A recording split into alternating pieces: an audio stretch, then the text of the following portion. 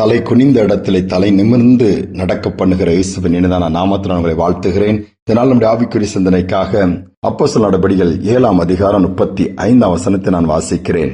உன்னை அதிகாரியாகவும் நியாயாதிபதியாகவும் ஏற்படுத்தினவன் யார் என்று சொல்லி அவர்கள் மறுதலித்திருந்த இந்த மோசேயைத்தானே தேவன் முச்சடியிலே அவனுக்கு தரிசனமான தூதனாலே தலைவனாகவும் மீட்பனாகவும் அனுப்பினார். மோசே வாழ்க்கை தொடக்கத்திலிருந்தே பிரச்சனைதான். 40 ஆண்டுகள் அரண்மனையில் வாழ்கிறார். அதற்கு பின்பு அரண்மனையை விட்டு துரத்தப்பட்டு வண்ணாந்தரத்தில் ஒரு 40 ஆண்டுகள். தன்னுடைய ஜனங்கள் எந்த விதத்தில் அந்த மோசையை நம்பவில்லை, ஏற்றுக்கொள்ள. மோசைக்குள்ள ஒரு பெரிய ஆசை இருந்தது. தன்னுடைய ஜனங்கள் எகிப்தில் அடிமைப்பட்டிருக்கிறார்கள், அவர்கள் எப்படியாவது விடுவிக்க வேண்டும் என்றுதான் அரண்மனையில் இருக்கும்பொழுதே முயற்சி எடுக்கிறார். பார்வோனுடைய நாட்கள் அது. அந்த ஜனங்களை எப்படியா விடுவிக்க எல்லாவற்றால் மாம்சத்தின்படி பல காரியங்களை செய்து பார்க்கிறார், தோற்று போகிறார். சொந்த ஜனங்களே மோசை ஏற்றுக்கொள்ளவனை தலைவனாக அதிபதியா எங்களுக்கு வைத்தது யார், ஓடிப்போன்னு சொல்லி துரத்தி விடுகிறார்கள். அங்கு இந்த ஜனங்களுக்காக நின்றேன், ஆனால் அந்த ஜனங்கள் எனக்காக நிற்கவில்லை என்ற ஒரு வருத்தம். அதோடு மட்டுமல்ல, பார்வோனும் மோசையை கொல்ல வகை தேடினபடினாலே வனாந்தரத்துக்கு போகிறார். அங்கே வாழ்க்கை செட்டில் ஆகி விடுகிறது. அங்கு 40 ஆண்டுகள். ஆனால் தேவனுடைய திட்டம் மாறாதே. ஒரு நாள் முச்சடியிலே தேவன் தன்னை வெளிப்படுத்துகிறார். மோசை பக்கத்தில் போய் பார்க்க, 2ஆம் முச்சடி எரிதானா, எந்த விதத்தில் அது அந்த எரிந்து போகாமல் அதே பசுமை தன்மையோடு இருக்கிறதே, பட்டு போகவில்லை என்று பார்க்கும்பொழுது தேவன் அங்கிருந்து பேசுகிறார். மீண்டும் அதே எகிப்துக்கு அனுப்புகிறார். எப்படி? வல்லமை கொடுத்து பலத்த ஒரு சத்துவத்தை கொடுத்து அனுப்புகிறார். பார்வோனுக்கு முன்பாக நின்று அந்த ஜனங்கள் எல்லாவற்றையும் விடுவித்து கானானுக்கு நேராக நடத்தக்கூடிய பாக்கியத்தை பெறுகிறார். எந்த ஜனங்கள் அற்பமாய் எண்ணினார்களோ, புறக்கணித்தார்களோ, அந்த ஜனங்களை நடத்தக்கூடிய அந்த ஜனங்களுக்கு தலைவனாக மீட்பனாக என் ஆண்டவர் மாற்றிக் கொடுத்தார். இதுதான் மேன்மை. கிருபையானது இதைத்தான் செய்யும். வழியே இல்லை, வாய்ப்பே இல்லை. நீ வனாந்தரம் தான், வாழ்க்கை முடிந்து விட்டது, வனாந்தரத்தில் திருமணம் பண்ணி குழந்தைகளை பெற்று செட்டில் ஆயிட்டோன்னு சொல்ல. நோ, மீண்டுமாய் கர்த்தர் தன்னுடைய திட்டத்தை கையில் எடுத்து நிறைவேற்றினார். உங்கள் வாழ்க்கையிலும் செய்து முடிப்பார். ஒரு பெரிய கம்பெனி, அதுல மேனேஜரா இருக்கிறாரு ஒருத்தர். கர்த்தருக்கு பயந்து நடக்கிற மனுஷன். இப்போ அந்த கம்பெனில மேனேஜரா இருக்கும்போது அங்க நிறைய கான்ட்ராக்ட்ஸ் எல்லாம் வருவாங்க, பெரிய ஆட்கள்லாம் வரும்பொழுது இவர் கரெக்டா இருப்பார். இவர் அநேக நேரம் அற்பமா எண்ணுகிற கூட்டமும் உண்டு. ஆனால் அதை பற்றி இவர் பெரிதாக எடுத்துக்கொள்வதில்லை. ஒரு குறிப்பிட்ட மனிதன் மட்டும் மிகவும் இவன் மேல் எரிச்சல் பட்டு அற்பம் அவர் அசட்டை பண்ணி இவர் எதை செய்தாலும் அதற்கு விரோதமாக தான் பண்ணி கொண்டே இருந்தார். ஆனா இவருக்கு பவர் கிடையாது. ஏன்னா பெரிய அவருடைய மேனேஜிங் டைரக்டர் அந்த கான்ட்ராக்டுக்கு ரொம்ப முக்கியத்துவம் கொடுத்தபடினாலே நாட்கள் சென்றது.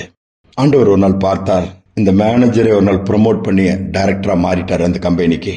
ஆஸ் யூசுவல் தன்னுடைய பணி செய்யும்போது இந்த கான்ட்ராக்டோட நிலைமை யோசித்து பாருங்கள். இவர் கான்ட்ராக்ட் கிடைக்கிறதுக்காச்சு இவர் வாசல்ல காத்து நிற்க வேண்டிய அளவு காரியங்கள் மாறிவிட்டது. இந்த மனிதன் விரோதமாக எழுப்பினால் அந்த மனிதன் கையை கூப்பி வணங்கி நின்று, ஐயா எனக்கு ஏதாவது ஒரு கான்ட்ராக்ட் கொடுக்க மாட்டீங்களா? சூழ்நிலை தலைகளா மாறினது. என் கர்த்தர் அப்படித்தான் செய்வார். எந்த இடத்துல நீங்க வெட்கப்படுகிறீர்கள், எந்த இடத்தில் குடும்பமாய் தலை கவர்ந்துட்டீங்க, எந்த இடத்துல இந்த மாதிரி ஒரு நிந்த, இந்த மாதிரி ஒரு அவமானம் சொல்லி புலம்புறீங்களா, பொறுமையாக இருங்க, ஆண்டோட்ட காத்துருங்க. என் தேவன் உயர்த்தும் பொழுது யார் உங்களை மிதித்தாங்களோ, யார் உங்களுக்கு விரோதமா பேசினாங்களோ, விரோதமா எழுதினாங்களோ, விரோதமா எழும்பினாங்களோ, அதே ஜனங்கள் உங்கள் கால்களில் வந்து விழும்படியாய் அல்லது உங்கள்கிட்ட கையேந்தி நிற்கிற அளவுக்கு என் தேவன் உயர்த்துகிற விதம் இருக்கும். அதுதான் தேவனுடைய மகத்தான காரியங்கள்.